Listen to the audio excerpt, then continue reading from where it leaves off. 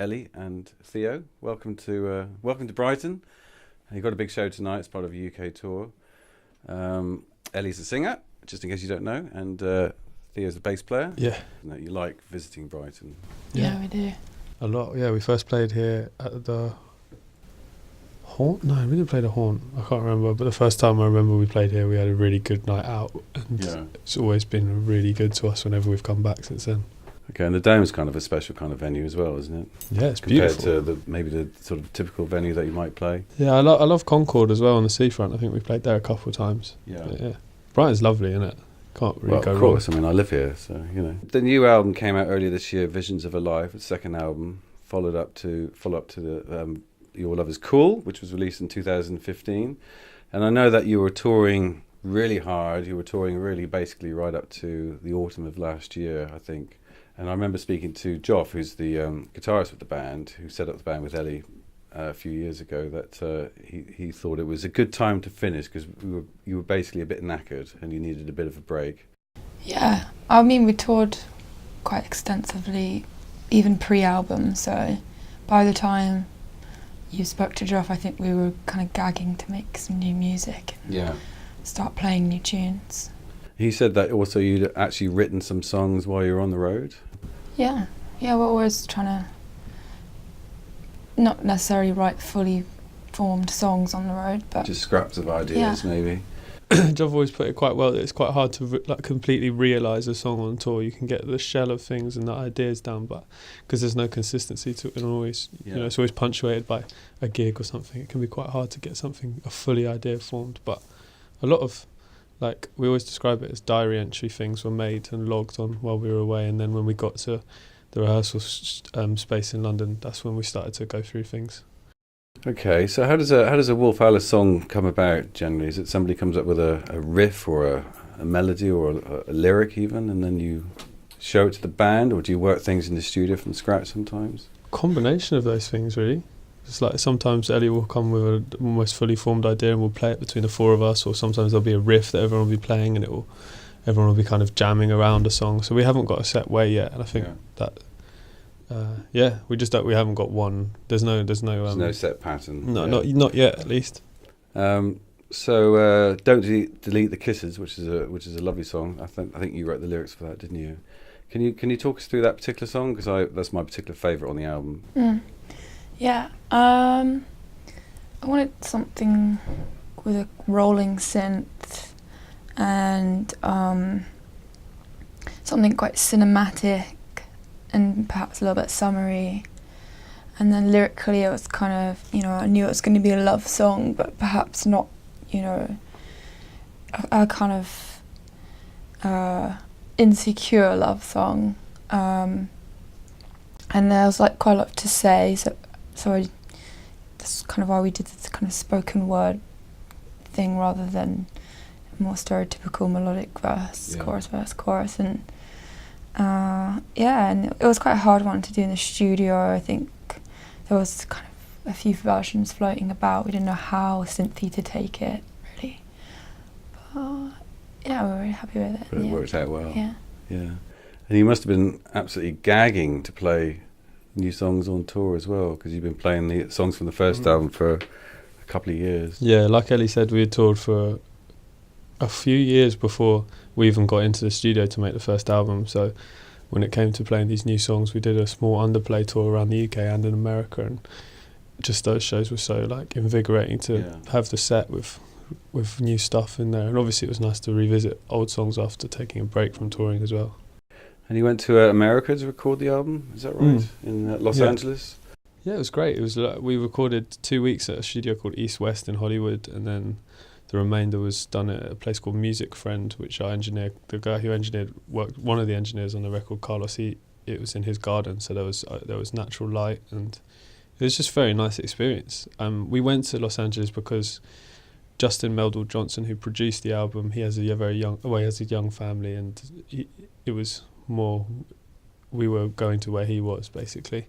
And we really wanted to work with him. But Los Angeles was really fun. We were there for about 3 months, and we had the most time we'd ever had to record, so it was quite liberating creatively in that sense. Disciplined as well. Yeah, we were very disciplined. We were six On tour. on tour. Yeah, now getting older, so slightly more disciplined. Still very young. Yeah, we were in the studio for like 6 days a week. We really were focused on that record when we were out there. We went out and had a beer occasionally. Because I know on tour recently that I think you sent out a tweet or inviting basically a guitarist to come up on stage to play with the band. Was that your idea? Did you instigate that? Yeah. You just thought it'd be a fun idea, fun thing to do? And Yeah, I think it would be fun. I thought it would, I don't know, it's kind of one of those things that you forget you have the power to do, kind of thing, you know. I'm not sure if I would have liked to do that when I was younger, but I know lots of people would, and so there's actually no one to stop you doing it, so I'll try it out and see if someone wants to do it. I think the girl who did it, who was only 16, I think, she'd never been on stage before. Yeah, that was the first time she'd ever played in front of anyone, and she was really good, like note perfect. Quite nervous, wasn't she? She didn't seem nervous. If she said she was, but she didn't seem it. She was cool. And also just about the film that's come out recently, On the Road, I think it's called, Michael Winterbottom's film. It's an unusual film in that it's kind of a cross of fiction with reality, and about, you know, it's two actors pretending to be part of our crew and loosely following their relationship, set on a real tour. We weren't acting or anything, and so yeah, if you're interested in perhaps one side of touring can be like, then it's a film that you might be interested in watching. So he implanted these two actors basically into your lives while you were touring. It's just touring, part of the touring lifestyle.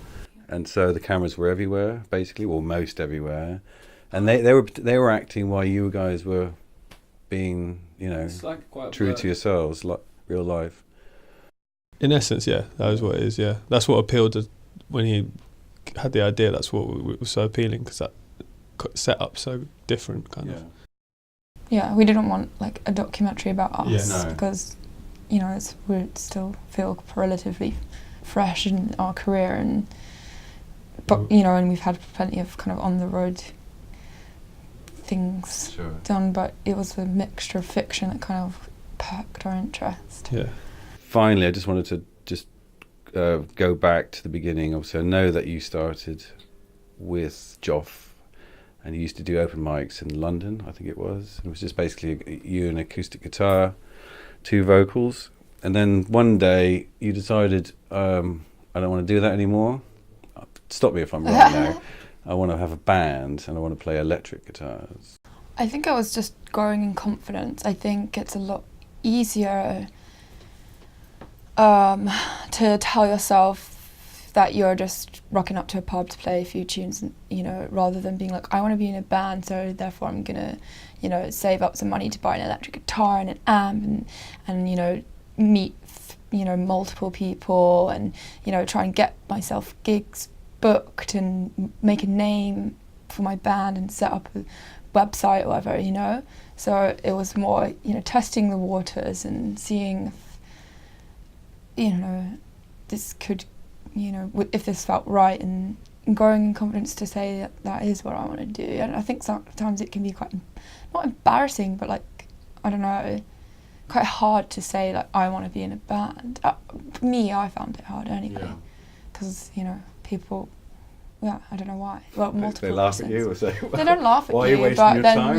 you know, I think it's a really difficult thing to do, and you know, I was full aware of that, and you know, if you're not sure if you're already good at it, then you don't want to say it until you've tried it. Yeah, for sure. It's like when it's not your main job yet, and you're working somewhere, but you know that's what you want to do. It's difficult.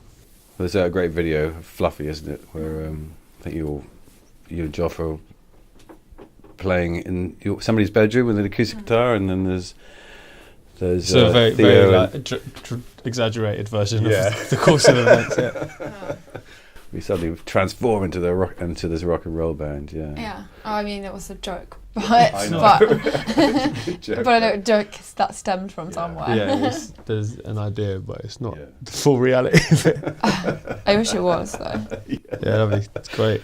Next year, any plans so far? You just We're going to be on tour gigging? for quite a long time, and fingers crossed we'll have a busy festival season. So Yeah. we're looking forward to hopefully doing that. Yeah. Okay, excellent. Thank you very Thank much. you. Awesome.